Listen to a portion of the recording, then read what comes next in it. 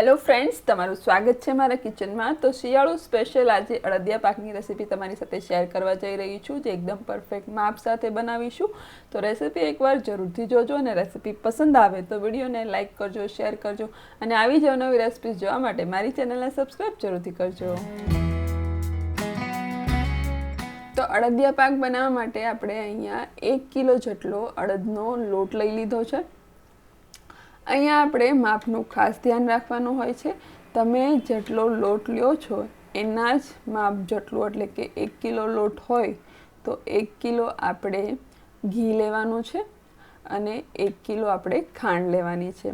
આ એક perfect measurement છે અડદિયા પાક માટેનું, અને આ મેજરમેન્ટ તમે કોઈ પણ કંદોયા અથવા તો હલવાઈની દુકાને જાઓ તો તમને આ જ માપ કહેશે। તો અહીંયા મેં 1 કિલો જેટલું ઘી લીધું છે। તમે કોઈ પણ બ્રાન્ડનું અહીંયા ઘી લઈ શકો છો, મેં અહીંયા કોઈ બ્રાન્ડિંગ નથી કર્યું। અને 1 કિલો જેટલી આપણે ખાંડ લેવાની છે। તમે ખાંડની જગ્યાએ જો મિશ્રી વાપરવા માંગતા હોય તો પણ લઈ શકો છો। 1 કપ જેટલા મેં અહીંયા કાજુ લીધા છે। ત્યારબાદ મેં અહીંયા 1 કપ જેટલી બદામ લીધી છે।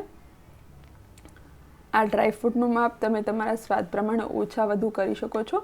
અને અડધો કપ જેટલા મેં અહીંયા પિસ્તા લીધા છે। તમે પિસ્તાનું માપ પણ વધારે રાખી શકો છો। અને અહીંયા મેં 150 ગ્રામ જેટલું અને 1 કપ જેટલું અહીંયા મેં ગુંદર લીધો છે। ત્યારબાદ આવી રીતે મેં એક સૂકું નારિયેળ લીધું છે। સૂકું નારિયેળ તમારે એડ કરવું હોય તો તમે કરો, અને ના પણ કરવું હોય તો પણ ચાલે, પણ અમારા ઘરમાં આ નારિયેળનો ટેસ્ટ બધાને બહુ જ પસંદ આવે છે, એટલા માટે મેં એક સૂકું નારિયેળ લીધું છે। ત્યારબાદ મેં 500 ગ્રામ જેટલો મોળો માવો લીધો છે, જેને મેં આવી રીતે છીણીને લીધો છે, જેથી કરીને મિક્સ કરતી વખતે આસાની રહેશે। હવે આપણે અડદિયા પાક બનાવવા માટે સૌપ્રથમ મેં અહીંયા લોખંડની એટલે કે આયર્નની કઢાઈ લીધી છે। આયર્નમાં બનાવેલી વસ્તુ શરીરને ખૂબ જ હેલ્ધી રાખે છે, કારણ કે વસ્તુ એમાં બનાવીશું ને એટલે એમાંથી આપણને આયર્ન મળશે, અને આયર્ન જે છે આપણા શરીર માટે ખૂબ જ જરૂરી હોય છે। તો હવે જે આપણે ઘી લીધું હતું એમાંથી 1 કપ જેટલું ઘી આપણે અહીંયા ગરમ કરવા મૂકી દઈશું। આપણે આખી પ્રોસેસમાં 1 કિલો જેટલું જ ઘી વાપરીશું, અને ઘીને છે એકદમ સરસ ગરમ થવા દેવાનું છે। એકદમ ધુમાડા નીકળે ત્યાં સુધી એને આપણે ગરમ કરીશું, અને ત્યારબાદ જ આ પ્રોસેસ કરીશું। હલકું ગરમ નથી કરવાનું, એકદમ સરસ આપણે ઘીને ગરમ કરવાનું છે।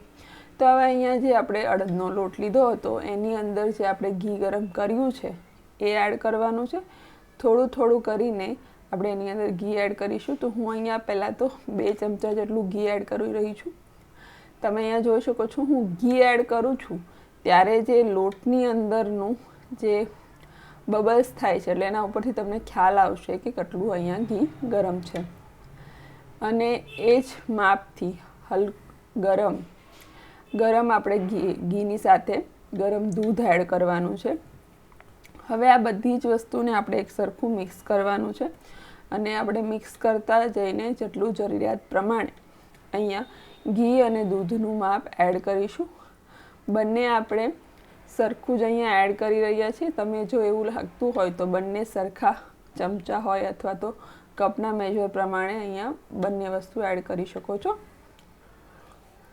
તો આવી રીતે એને સરસ આપણે મિક્સ કરી લેવાનો છે। સૌપ્રથમ આપણે લોટનો આવી રીતે ધાબો દેવાનો છે, જેથી કરીને આપણો જે અડદિયો છે એકદમ સરસ કણીદાર બનશે અને સ્વાદમાં ખૂબ જ સરસ લાગશે। તો તમે જોઈ શકો છો અહીંયા આપણો જે લોટ છે એ આ રીતનું બાઇન્ડિંગ આપે છે, એટલે હલકો એ એકદમ કોરો લાગે છે, અને જ્યારે આપણે એને ધાબો દઈ દઈશું ને ત્યારે એકદમ પરફેક્ટ દેખાશે, એ તમને જોઈ શકો। ફરી જે આપણે પહેલાં માપથી ઘી અને દૂધ એડ કર્યું એ ફરી આપણે 2 ચમચા જેટલું ઘી અને એટલા જ પ્રમાણમાં દૂધ મેં અહીંયા એડ કર્યું છે। તો આપણે હવે એને સરસ પાછું મિક્સ કરી લેવાનું છે।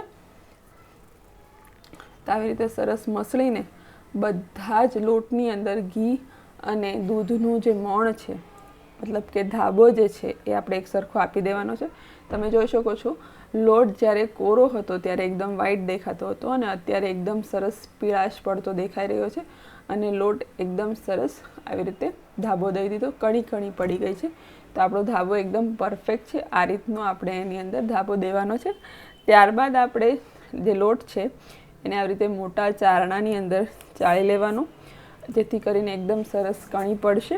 અને આ પ્રોસેસ કરવાથી અડદિયો જે છે એ કણીદાર બનશે અને ટેસ્ટમાં બહુ જ સરસ લાગશે. તમે ડાયરેક્ટ પણ લોટ શેકીને બનાવતા હો તો પણ ચાલે, પણ આનો ટેસ્ટ અને એનો ટેસ્ટ બહુ જ અલગ છે. અને તમે જો એકવાર આવી રીતે બનાવશો ને તો વારંવાર આ જ પ્રોસેસ ફોલો કરશો એની મને ગેરંટી છે, કારણ કે આનાથી સ્વાદ ખૂબ જ સરસ આવે છે. તો આવી રીતે આપણે બધો જ જે લોટ છે ધાબો દીધેલો એને આવી રીતે ચાળી લઈશું.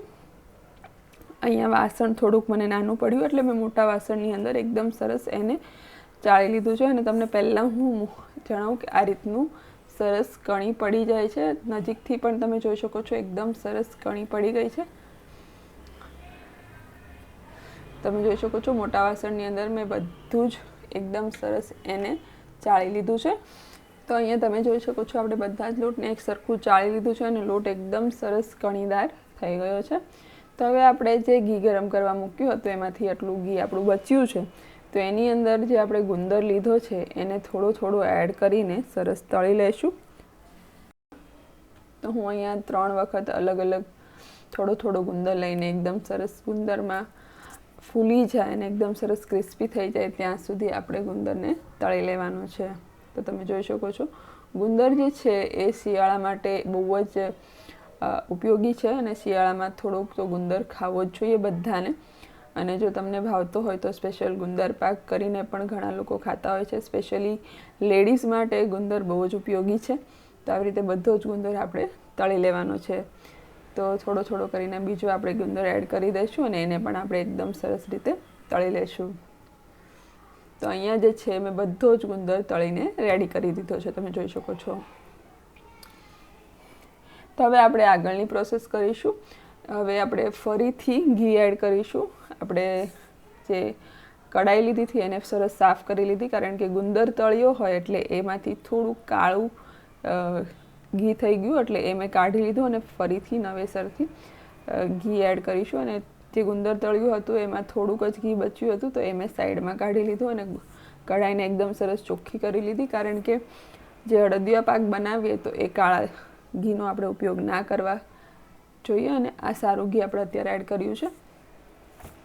તો હવે આપણે જે ઘી હતું એ બધું એડ કરી દીધું છે. જે 1 કિલો જેટલું આપણે ઘી લીધું હતું એમાં ઘી જે છે એકદમ સરસ આપણું ગરમ થઈ જાય ત્યારબાદ જે આપણે લોટ રેડી કર્યો છે એ અહીંયા એડ કરવાનો છે.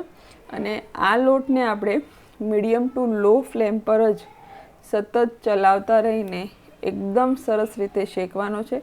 હાઈ ફ્લેમ બિલકુલ નથી કરવાની. જો હાઈ ફ્લેમ પર તમે લોટ શેકશો તો લોટ શેકાઈ જશે, એની કરતાં પણ એ દાઝી જશે. અને લો ફ્લેમ પર જેટલો સરસ રીતે આ લોટ શેકાશે એ અડદિયાનો સ્વાદ ખૂબ જ સરસ આવશે. તો આ એક ટિપ્સ છે, કારણ કે લો ટુ મીડિયમ ફ્લેમ પર તમારે આ લોટને શેકવાનો છે. જો હાઈ ફ્લેમ પર કરવા જશો તો લોટ દાઝી જશે અને અડદિયાનો સ્વાદ ખૂબ જ ખરાબ આવશે. તો આવી રીતે લો ટુ મીડિયમ ફ્લેમ પર સતત ચલાવતા રહીને આપણે લોટને સરસ શેકી લેવાનો છે. તમે જોઈ શકો છો આપણે જે ઘી ઉપયોગમાં લીધું હતું આટલા જ ઘીની અંદર આપણે આ લોટ શેક્યો છે. હલકો હલકો એ લિક્વિડી થતો જશે. તો અહીંયા જે છે આપણો લોટ જે છે એ 50% જેવો શેકાઈ ગયો છે. તો હજી આપણે એને થોડી વાર શેકાવા દઈશું અને હલકો ગુલાબી કલર હજી એનો આવવા દઈશું. અને એકદમ સરસ સ્મૂથ અને આવી રીતે તમે જોઈ શકો છો એકદમ સરસ રીતે આ શેકાઈ જાય છે. તો થોડોક સમય લાગશે પણ એકદમ પરફેક્ટ શેકાશે ને તો અડદિયા પાકનો જે સ્વાદ છે એ બહુ જ સરસ આવશે. તો અહીંયા ફરી મેં એને એકદમ સરસ રીતે શેકી લીધો છે. એકદમ પરફેક્ટ આપણો લોટ શેકાઈ ગયો છે. અને આ લોટને શેકાતા મને 25 થી 30 મિનિટ જેવો સમય લાગ્યો છે અંદાજે. તો હવે આ સમયે જ્યારે લોટ શેકાય છે ત્યારે આપણે માવો છીણીને રાખ્યો છે એ અહીંયા આપણે એડ કરી દેવાનો છે. તો જો 2 જણા હોય તો 1 જણ આપણે એડ કરતું જાય અને બીજું એને સરસ રીતે મિક્સ કરતું જાય. તો આ રીતે આપણે લાસ્ટમાં જ્યારે લોટ શેકાઈ જાય ત્યારે એની અંદર માવો એડ કરી દઈશું. માવાથી અડદિયા પાકની અંદર સરસ એવી સોફ્ટનેસ આવે છે અને એનો ટેસ્ટ પણ ખૂબ જ સરસ આવે છે. અને જો તમે માવો ના એડ કરવા માગતા હોય તો પણ તમે સ્કીપ પણ કરી શકો છો. તો માવાને એકદમ સરસ રીતે આપણે મિક્સ કરી લીધું છે, પણ તો પણ છતાં એને સતત આપણે ચલાવતા રહીશું. ત્યાં સુધીમાં આપણે ચાસણી લઈ લઈશું. તો 1 કિલો ખાંડની અંદર અહીંયા હું 2.25 કપ જેટલું પાણી એડ કર્યું છું. તમારી પાસે જો કપનું મેજરમેન્ટ ના હોય તો તમે આવી રીતે ખાંડ ડૂબે, ખાંડની ઉપર હલકું પાણીનું લેયર બને ત્યાં સુધી આપણે પાણી એડ કરવાનું. એટલે મને અંદાજે 2.25 કપ જોયું છે, તો તમને 2 કપ આસપાસ પણ જોઈ શકે છે. તો હવે આપણે ચાસણી બનાવવાની છે. તો ચાસણી જે છે એ કઈ રીતની હોવી જોઈએ હું તમને અહીંયા જણાવીશ. તો ચાસણી બનતા લગભગ 10 થી 15 મિનિટ જેવો સમય લાગશે. તો તમે અહીંયા ચાસણી બનાવતી વખતે મીડિયમ હાઈ ફ્લેમ રાખી શકો છો. ચાસણીમાં એવું કંઈ નથી કે તમારે લો ફ્લેમ રાખવાની. તો અહીંયા હું હાઈ ફ્લેમ પર જ ચાસણી બનાવી રહી છું. તો અહીંયા આપણે 1 તારની ચાસણી બનાવીશું. તો અહીંયા હું તમને સ્ક્રીન પર બતાવીશ કે કઈ રીતની આપણે 1 તારની ચાસણી જોઈશું. તો તમે જોઈ શકો છો અહીંયા 1 તાર આવી રીતે બને છે. તો આપણે ગેસની ફ્લેમ બંધ કરી દઈશું, કારણ કે વધારે પડતી જો ચાસણી આવી જશે તો આપણો અડદિયા પાક છે એ કઠણ થઈ જશે, તો એ સ્વાદ ખૂબ જ ખરાબ આવશે. તો હવે આપણે ચાસણી રેડી થઈ ગઈ છે. તો જે આપણે લોટ શેકતા હતા એની અંદર આપણે આ એડ કરી દેવાનું છે. તો તમે જોઈ શકો છો શેકાઈને એકદમ સરસ આપણો જે પાકનો લોટ છે એકદમ તૈયાર થઈ ગયો. એની અંદર આપણે ચાસણી એડ કરી દીધી. તો અહીંયા આપણે ગેસની ફ્લેમ બંધ જ છે. આપણે ગરમ ચાસણી એડ કરી છે. તો એ આપણે સરસ પહેલાં તો જે બધું મિક્સર છે ઘી અને અડદના લોટનું એની અંદર પહેલાં તો સરસ મિક્સ કરીશું. અને જ્યારે આપણે માવો એડ કર્યો અને પછી આપણે એને સાઈડમાં કર્યું ત્યારે પણ ગેસની ફ્લેમ બંધ જ હતી અને એમ જ આપણે ચલાવ્યું, કારણ કે એકદમ સરસ આપણો માવો જે મિક્સ થઈ જાય. જો વધારે પડતું ગરમ થાય તો એ પણ દાજી જાય લોટ. એટલે માવો એડ કર્યા બાદ 5 મિનિટ જેટલું જ એને મિક્સ કરવાનું છે. તો હવે આપણે જે અડદિયાનો સ્પેશિયલ મસાલો આવે છે એ અહીંયા એડ કરીશું. તમે કોઈ પણ બ્રાન્ડનો અહીંયા લઈ શકો છો. તો એ આખું પેકેટ જે આવે છે મેં અહીંયા એડ કરી દીધું છે અને એને આપણે પહેલાં તો હલકું મિક્સ કરી લઈશું. ત્યારબાદ જે આપણે જે પણ ઇન્ગ્રીડિયન્ટ્સ લીધા હતા એ એડ કરવાના છે. તો બદામને આવી રીતે મેં ઝીણું કટ કરી લીધું હતું, કાજુને પણ ઝીણા કટ કરી લીધા, એ એડ કરી દઈશું. ટોપરું જે લીધું હતું એને આપણે સરસ છીણી લીધું છે. ત્યારબાદ પિસ્તાનું પણ આવું કતરણ કરી લીધું હતું. એ હવે આ બધી જ વસ્તુ આપણે સરસ મિક્સ કરી લેવાની છે. તો તમે જોઈ શકો એકદમ સરસ આપણો અડદિયા પાકનું મિક્સર દેખાઈ રહ્યું છે. તો અહીંયા આપણે બધી જ વસ્તુ એકદમ સરસ રીતે મિક્સ કરવાની. ત્યારબાદ લાસ્ટમાં આપણે જે ગુંદર તળ્યો હતો એ એડ કર્યો છે. અહીંયા મેં ગુંદર આખો જ રાખ્યો છે. તમે જો એને ક્રશ કરીને એડ કરવા માગતા હોય તો પણ કરી શકો છો. લાસ્ટમાં થોડું 1 ટીસ્પૂન જેટલું જાયફળનો પાવડર એડ કરી રહી છું. એ ઓપ્શનલ છે, તમને જો સ્વાદ પસંદ હોય તો તમે એડ કરી શકો છો.